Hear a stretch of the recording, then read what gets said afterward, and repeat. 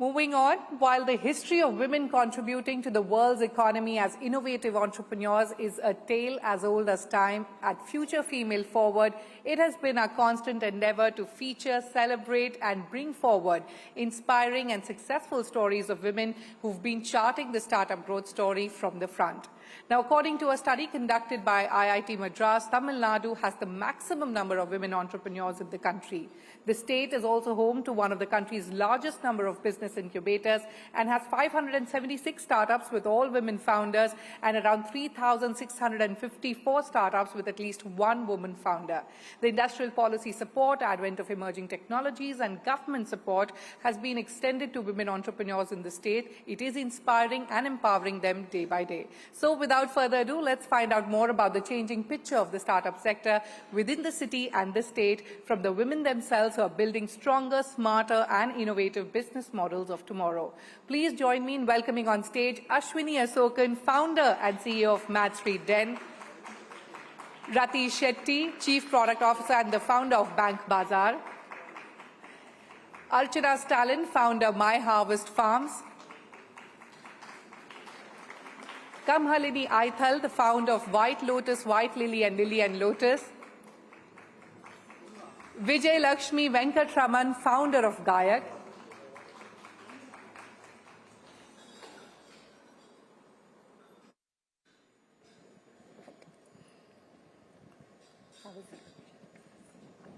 firstly, let me start by saying that I'm super proud to be moderating an all-women founders panel. So kudos to that. And, let me start with you, Rati, and also congratulate you first on, having reached EBITDA profitability in FY23. And, of course, now you're aiming EBITDA profitability for FY24 as well. Thank you. Yeah, you're audible, I guess. Okay. So, you call yourselves India's first neutral online marketplace and you provide customized financial services for your clients. First, talk to us about this unique business model and the pain point that, you wanted to solve when you were starting up, the startup story as well. How we started the company, it's as cliche as it may sound that it was our personal experience which made us feel that there are lots of complexities in the banking system. In just as a customer, for me to actually get a loan, which more than this is about 15 years ago when we were looking for a home loan, me and my husband. The banking system was far more rigid. Very, very. And there were a lot of challenges there, right? And I think we just felt that this could be a lot more simpler.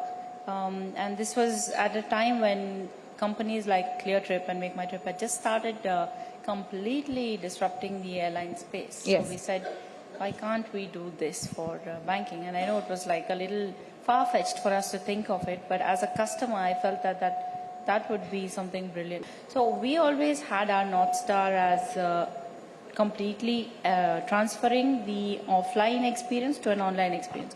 Absolutely. Let me now go across to Ashwini. Ashwini, Mad Street Den, it is an AI-focused startup. You've got 50-50 gender ratio policy across all roles and departments that you have, and this has been from the very beginning. So tell us, how did you manage to kind of start at such a fantastic ratio? There were two questions asked of me repeatedly when we chose to kind of leave the US and the Valley to move back home to Chennai to start this company. One question was, why would you leave the Valley to come to Chennai to start an AI company? Yeah. And the second one is, how are you going to do that with a 50-50 kind of, women, where are you going to find, right? Both of these things had never been done before, but also more importantly, didn't make a whole lot of sense to a lot of folks that were seeing me and my co-founders kind of on this journey. And I think it was all the more important for us. One, where you build and who is part of building and creating AI was a narrative that we wanted to script a very particular way. All of you guys have built unicorns. You figured out how to build some of the hardest problems and solve some of the hardest business problems. 50-50 women is not a hard problem at all. Yeah. I find it ridiculous that, I'm routinely asked to come in and have this conversation because it is ridiculous. And we haven't been able to solve this. Yeah. And it's not a problem at all. You figured out how to solve, extremely complex logistics problems in a country like India where fragmented systems are so hard, but we can't figure out how to hire 50% women. And So how did you figure out then? Tell us. we didn't. There's nothing at all. You just have to not be biased. Yeah. That's it. It's just so simple. Don't be biased. It really is not rocket science. I mean, we're a company literally building, the equivalent of OpenAI, but for enterprises, so much more closed rather than open. And you're going, that's the hard problem to solve. Hiring 50% women is not, we should normalize this and say this is not the hard problem to be solved. Okay. We will delve deeper into that a little later, but let me quickly go across to Archana. Archana, you're an engineer. You've turned a natural farmer and, of course, an entrepreneur. Your passion about eco-friendly living and you're making an impact at every level. So first, talk to us about the growth journey of My Harvest Farms. How you started and where is the company at today? I traveled across the India. I was part of Jagrati Yatra. So, I think that is a seed which made me start a social enterprise. So I wanted to be a for-profit, but I definitely wanted to solve a social problem.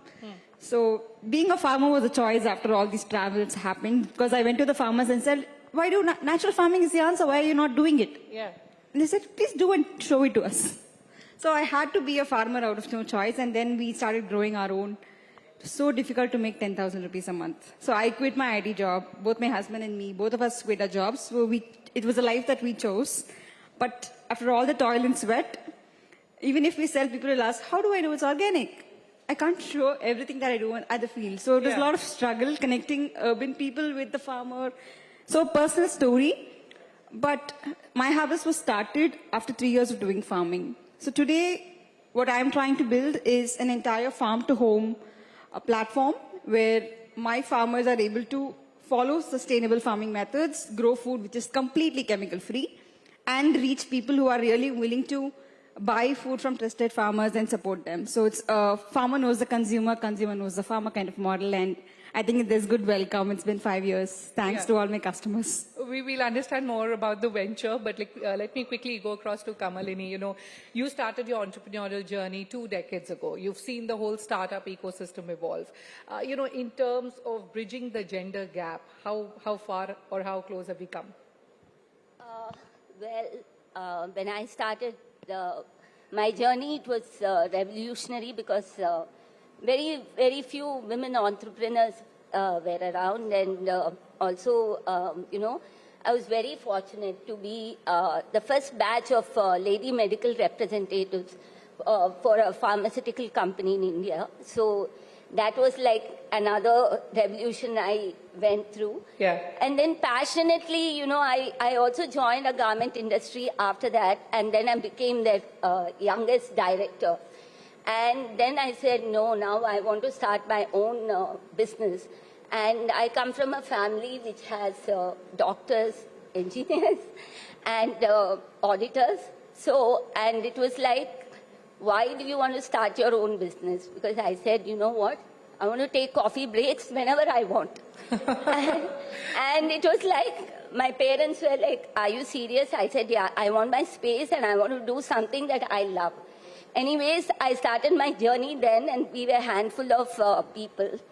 And coming back to the garment industry, that is, I'm a buying agent representing clients overseas for garment production in India. So, I'm talking about that 70% of the smaller garment industries. We are not talking about the ITC, but we're talking about the 70% where I feel it has changed. In the sense, women are more safer, they're proper toilet facilities, because when I started, they had to use one single toilet. And there is creche, and we were talking about maternity leave, which is more, it is in place right now. And, there's ladies' hostels, factories are providing ladies' hostels. Having said that, a lot of reforms are happening, a lot of facilities are given, but I think deep down, the mindset of women need to change. Only then, I think the gender parity can be bridged, and we have to come to a common ground and understand the diversity. And then we should have a very, very strong voice. Vijay Lakshmi, now let me come to you. You're a software programmer prior to, taking up music as your profession, and then you, of course, found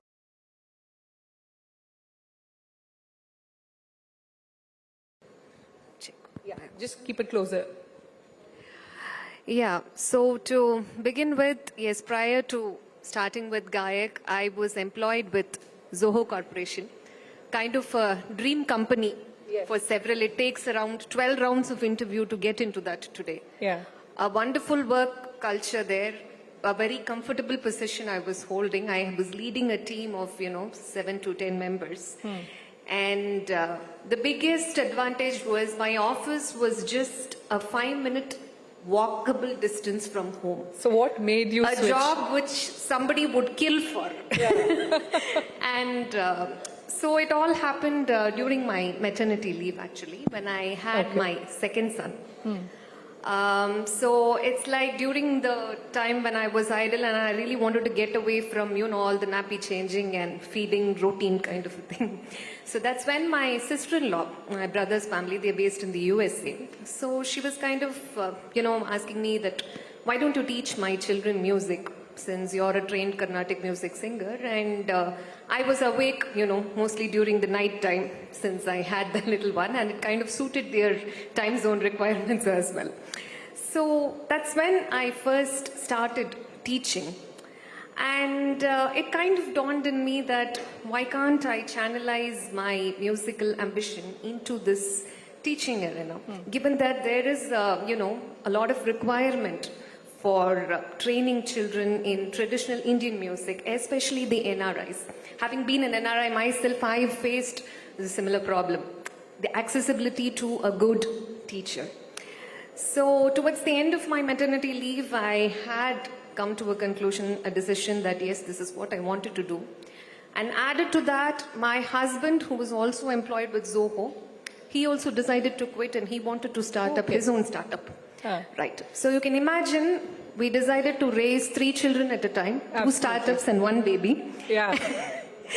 And the support from the family, be it my in-laws or my parents and my husband for that matter, everybody, it just hardly took 5 minutes to come to a decision. It's okay, if you really want to do this, go ahead and do it. So you chose the difficult path. It was easier to go back to Zoho Yes, Corp, pretty but much. you decided to raise 3 children.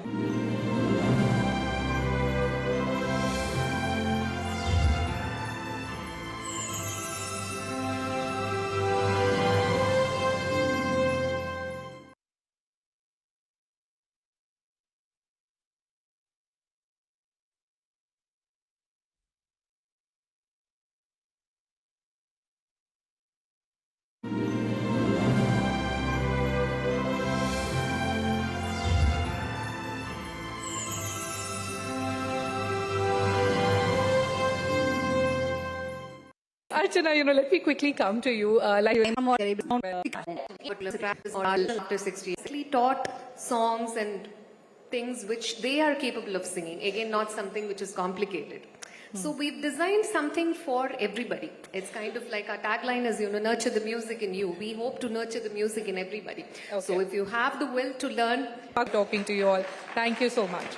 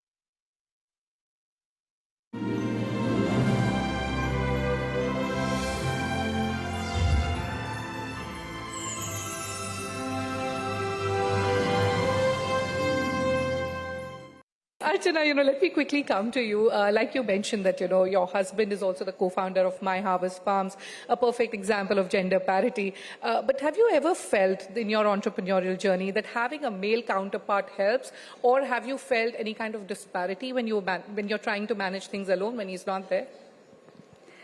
Whatever it is, having a co-founder helps. I think everybody would agree. So here in my case, I think, and an advice to also some women who start up, I think if you aren't married, please discuss your startup idea with them. For me, I married my best friend. So a part of the vision of the idea that we're building is somewhat similar, so we are able to prove that. And I'm happy that he complements my skills. So otherwise, we would still be fighting on every day at office. I think it's very difficult to have a co-founder who's an husband.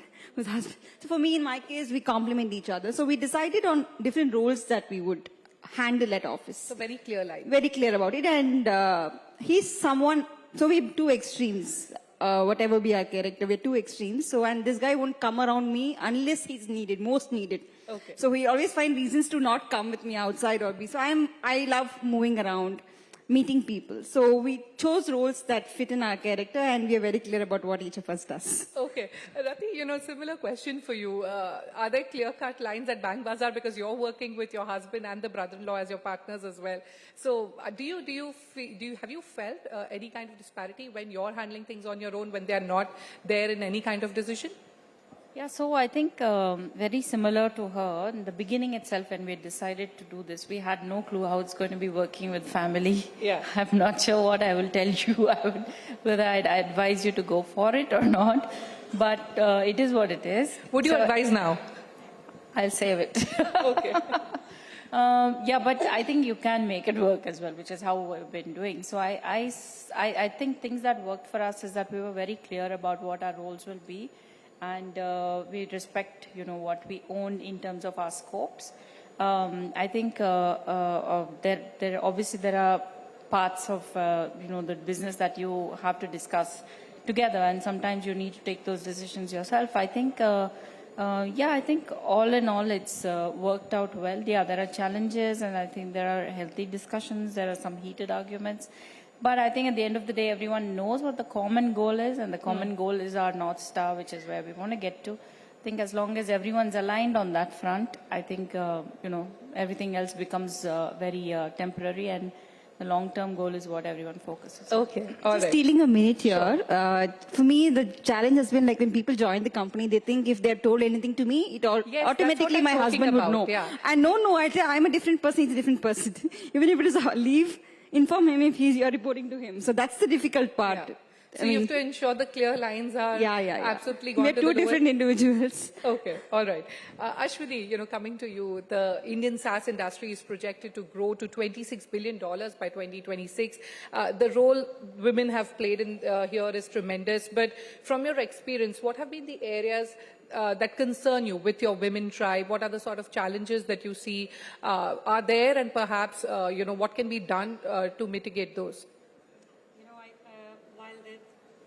While the investment has been... Yeah, I think she's audible. Yeah. You guys hear me? Yeah, all right.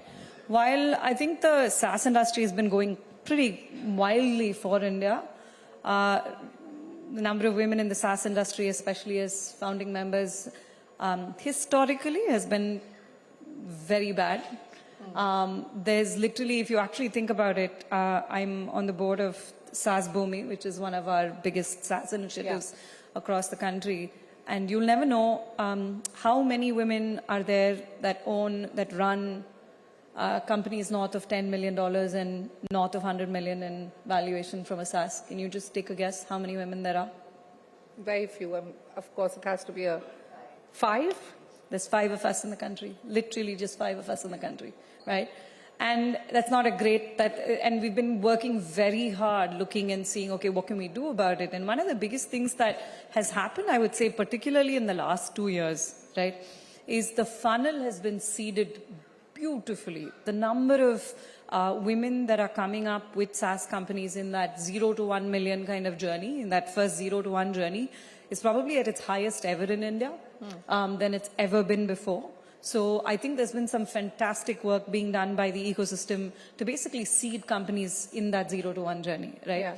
Yeah. The country has also seen its first exit from a woman from in SaaS. And so these are all really, you're talking 5 and you're talking 1, and you can literally count with one hand all of these numbers, right? The numbers don't look good. They don't look good, but I think what has significantly changed in the last, like I said, 24 months is just the number of women that are showing up in the pipe.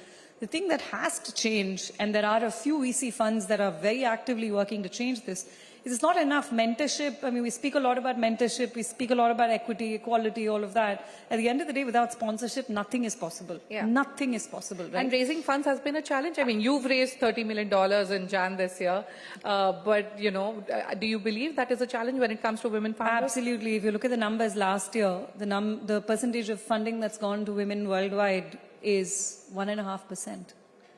1.5%, and you're talking about, you know, hundreds of billions of dollars that go into the startup ecosystem every single quarter, right, globally. And you're talking about 1 to 2% that are going for women. So I think it's not matching up. And what is wonderful to see, again in the last 24 months in India, has been watching every single VC fund starting and seeding, you know, the 0 to 1 sponsorship journey has really started. And it's not enough, not nearly enough. But I think it's a great start, what we've seen in the last 2 years. Okay. Kamalini, let me come to you. You know, India stands as the 3rd largest exporter of textiles and apparel in the world. When the industry, you know, it has scaled significantly, but the gender gap is wide, especially when it comes to leadership roles. You know, in your view, what needs to be done to close this gap? Yeah, 80% of the workforce in the factory is dominated by women. So, but when it comes to the supervisory role, only I think very few have taken over. So, you know, there are a lot of, I think, factors that attribute, because I'm talking again about the 70% of the small factories. Women are still looked as the vulnerable and a weaker gender, I guess. And lack of support within, you know, men may not want to work under a women supervisor, and as well as, you know, women have problems working with another woman. Yeah. So that again is another factor I see. And also indirect harassment, you know, and which I have also undergone, and the fear to report and the consequences. I think it still exists. But do you see things changing now? It is changing, but it's changing very slowly. It's not changing as it. The numbers clearly show. And also the family responsibility we have, it is also treated as a weakness. And we talk about gender equality, we talk about all that, but I think when it comes to the factory or when it comes to the grassroots level, you know, I don't think that awareness is there. So, you know, that is why that fear exists. So we need to have more, you know, we need to go to the grassroots level and educate them, and a lot more counseling has to happen. And we should talk to them about agreements, and that a legal system is in place. So only then, you know, when the education is there and the awareness is there, I think they'll get stronger, and I think they'll also opt for leadership roles within the industry. All right, very valid points made there. Vijay Lakshmi, let me come to you. You know, you have a student base that ranges from 4-year-olds to 80-year-olds. You know, talk to us about the kind of parity that you see in your client base at Gayak. Well, I would say that each segment has their own requirement. Like, say, if you have a toddler who's hardly 3 or 4-year-old walking in for online classes, you can't expect them to sit and sing Saregama for 25 minutes. They may hardly have an interest towards it.